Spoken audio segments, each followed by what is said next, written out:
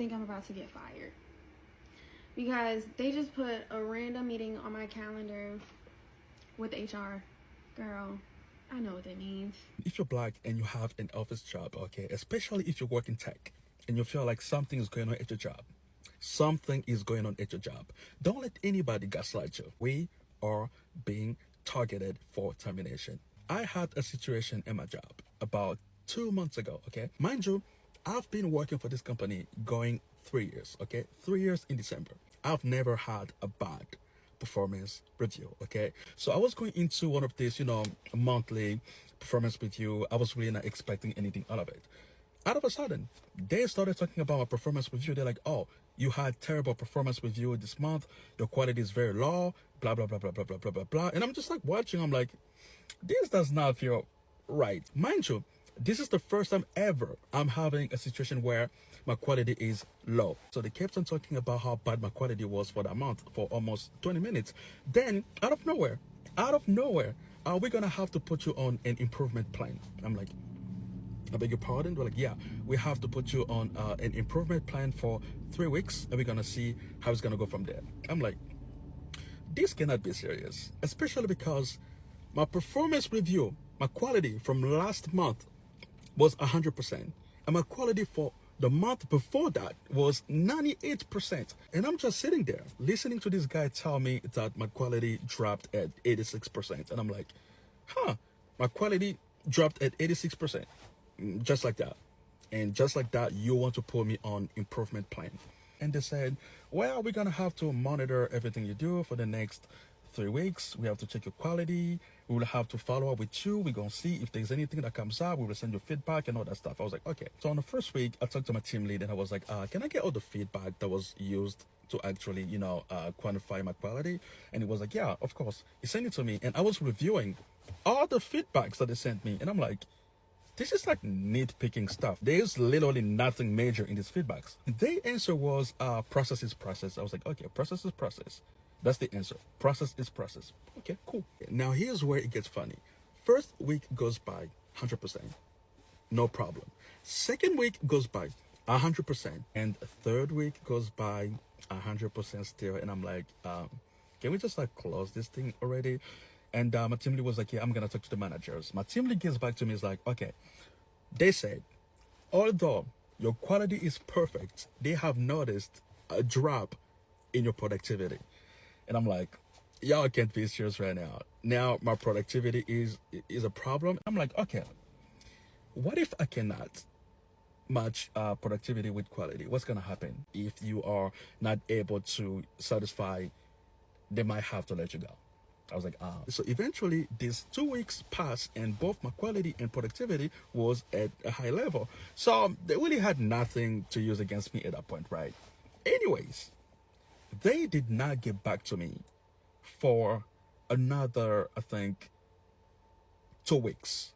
Like, I don't know what was going on there. They did not get back to me. They didn't say anything. And just like one of these days, they randomly like got me in a room and they were like, so sorry that we didn't get back to you sooner, blah, blah, blah, blah, blah, blah, blah. And it's just like, well, thank you for going through this. We're just going to go ahead and close it. And the whole time they were talking, I was just like, yeah, y'all tried it.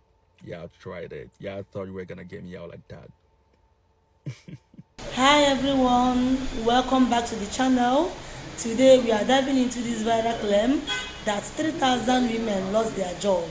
On the surface, it sounds just like another statistics, but when you dig deeper, it actually reveals how deeply our economy is falling women, especially working class women, black women, and immigrant women.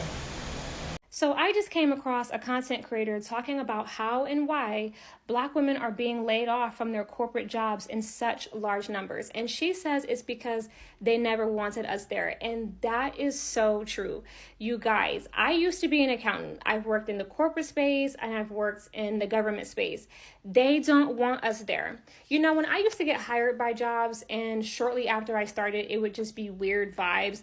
I used to say, I think they only hired me because they have a secret bet going around of how long I will stay or how long I'll put up with the bullshit. And I'm a person that has high self-esteem and a very low tolerance for bullshit. you are not going to play on my head stop. You're not going to play in my face, play on my intelligence, treat me a certain kind of way. You're not going to throw rocks and hide your hands. I mean, I don't have any patience for spiritual or psychological warfare. So you can imagine I did not stay in corporate very long. And when I say not long, I mean like less than 3 years. I did not stay in corporate long because it is psychologically and mentally draining. This is why so many of us have an issue with autoimmune disorders, or again, trauma and health problems, and our nervous system is so destroyed, and it's because we are in spaces where we are not wanted, and the people are letting you know that silently. And it's not silently, but they're doing, again, little pesky things, or they're leaving you out of meetings, or they're quiet, firing you, or again, they're putting you in uncomfortable situations. Or my favorite one, they have a mess going on and they only hire you to clean up the mess. Like, we deserve better. Imagine going to school and getting into debt only to be at a company as the cleanup girl, or only at the company to be the scapegoat, or only at the company as the diversity hire. Like, we deserve better. We need to stop begging for acceptance and begging to be in rooms that we're not wanted. Corporate America is not made for Black people. Y'all, I think I'm about to get fired. Because they just put a random meeting on my calendar with HR. Girl, I know what that means. Just get it over with. Like, we just text it to me. Is experiencing a moment of significant change. So this has required us to manage the business more tightly, focusing on billability. So we in the other sectors have been working through efforts to increase staff billability to reach FY26 billability targets.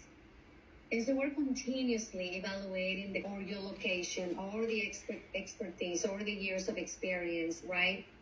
And so the decision is not made lightly by the leaders in the health account, but at this time, we're moving forward with your formal severance notification detail.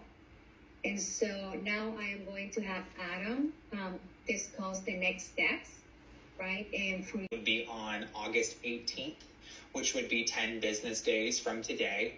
You are eligible for a severance payment, which is calculated based on your role and your tenure with the organization. And is because of this action, your access will be shut off tomorrow morning at 7 a.m. Eastern time. So if there are any personal files, please continue doing what you're doing, because 300,000 Black women have left the workforce, according to MSNBC. And it is not a coincidence. We have seen the cuts that the federal government has been making, specifically across the Department of Education, Department of Health and Human Services. And we have seen the cuts happen. We've also seen the cuts happen over the last few months, specifically at the federal level and also across the private sector due to DEI. And according to this article, the participation rate has now dropped below Latinas for the first time in over a year. Now, one thing that stuck out to me that I thought was very interesting, which kind of led to the conclusion of this article, is that 51% of households with Black children are led by Black women who are the breadwinners. And the article specifically cites that Black women tend to be the economic foothold of the Black community. So let me give y'all a little bit of insight, because I seen this report and I also seen a news report that came along with it. And we had a conversation about it on the Millionaire Morning Show, right? And so really what this means is that there are a lot of single mother households. Let me say that again. There are a lot of women that broke up their families, or that never had a family in the first place, and they decided that they wanted to partner with the federal government in multiple different ways, one including women that, basically lean on child support, social services, welfare, food stamps, and EBT. That comes along with also when they do get educated, or when they do get a job, regardless of what field of study, even if it's not a field of study that is what society needs, they were basically somewhat guaranteed a job or a government contract, or to work for a government contractor when it came to the federal government. And so basically the government has been subsidizing Black women and this is just a fact. This is not my opinion. This is not anything to do with relationships. This is just more or less the facts. The government has been subsidizing black women when it comes to their household, which gave them more power to be able to break up their families. And so now when we realize that diversity, equity, and inclusion was really government subsidies to ensure that black women had an opportunity to be able to work instead of them going into fields, which obviously we know that you had to incentivize them to go into like STEM fields, because if you didn't, then you wouldn't have those type of programs. If they naturally selected them, then they would be more visible and they would be more viable to what it is that we needed in society. But instead, now what you see is when the rubber meets the road and we go into a merit-based society and a merit-based capitalistic system, they no longer have any value because there wasn't a lot to do in the first place, and their jobs was basically all tied to the federal government. I've been sitting with this article for the past couple of days, and it finally clicked. Let's read and comprehend together. Black Enterprise, April jobs report. Black women lost 106,000 extra jobs, most among all workers. I think this sister is comprehending the impact of this. But again, let's take it a step further. Reading and comprehension, one builds on the other, right? 1 month, April 2025. Not only did black women lose jobs on par with the other demographics in the workforce, an additional 106,000 black women lost jobs, most among all workers. So not just 106,000 black women lost jobs. No, over and above all the other demographics. So I hope you're picking up what I'm putting down. I'm Angela. I experienced a corporate layoff in June of 2023 after a 30-year career in human resources and talent acquisition. I have since moved into the beauty and wellness space as a licensed esthetician and skincare entrepreneur. If you're not a black woman, you're welcome to stay and listen to the rest of the commentary if you're still here. But if you are in fact a black woman, I really want to leave you with two things. Number one, this is hard. And it's scary. Please do not underestimate the mental, emotional, and physical toll of a layoff. Being laid off as a black woman can be a very unique experience. If you know, you know. If it's not you, ask a friend who's been laid off why it is so difficult to recover from. If you, in fact, have been laid off, let people know how you feel, because a closed mouth won't get fed. Number two, I want you to do what you've always done, but I want you to do a little bit differently this time. Because the beautiful Aaliyah told us to dust yourself off and try again. But this time, I want you to do it for you. I want you to release the expectations that others have of you.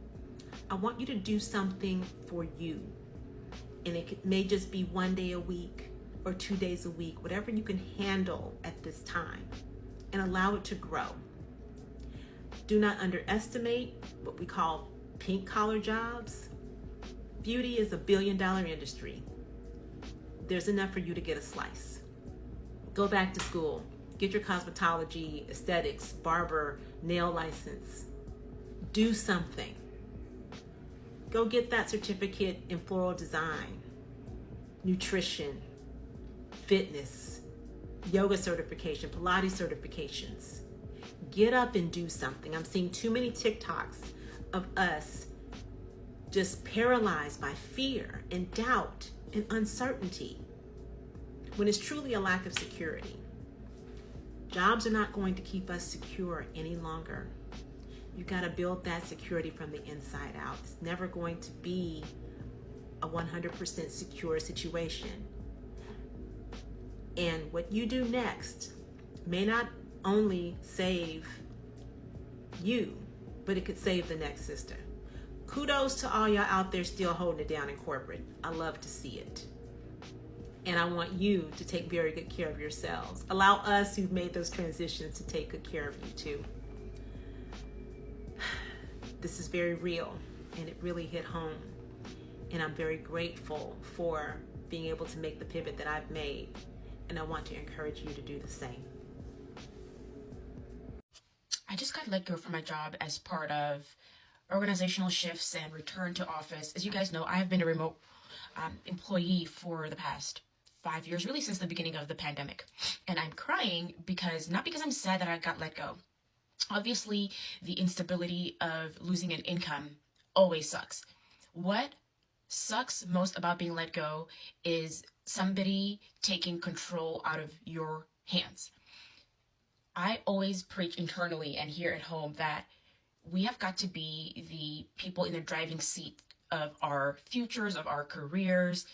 And when a company takes that control out of your hands, it sucks, because all of a sudden the plan that you had, the roadmap that you were on board for, is gone. Now you've got to start over. And this is why you've always got to have a plan B, a plan C, and most importantly, an emergency fund. I am incredibly upset and frustrated. There have been several shifts in the company in this last couple of months that I just knew the writing was on the wall, and I knew my time was coming. But the fact that we have an emergency fund, because ultimately that is what matters at the end of the day, is that we have money to pay our mortgage, to pay for our daycare. We have that as a fallback, and I can take time, maybe a week, to just collect my thoughts and put together a strategy for job hunting. Always be prepared for the unexpected, because ultimately companies will always put themselves first. And as much as you want to believe that you're part of the family, you like the people you work with, it's a business transaction. It's a business contract, and you've got to handle it as such. But please know that you are more than your job. You are more than what you do. Have a plan, have an emergency fund. Do not spend more than you need to. Live below your means. We are in strange times. That isn't beside me losing the job, just general messaging. Protect yourselves, treat yourself as a business, and always be looking for better opportunities, because companies would do the same, and they are. Thank you for watching. If you find this breakdown helpful, hit that like button, subscribe, share, like and comment. Let's build a world where women labor actually matter.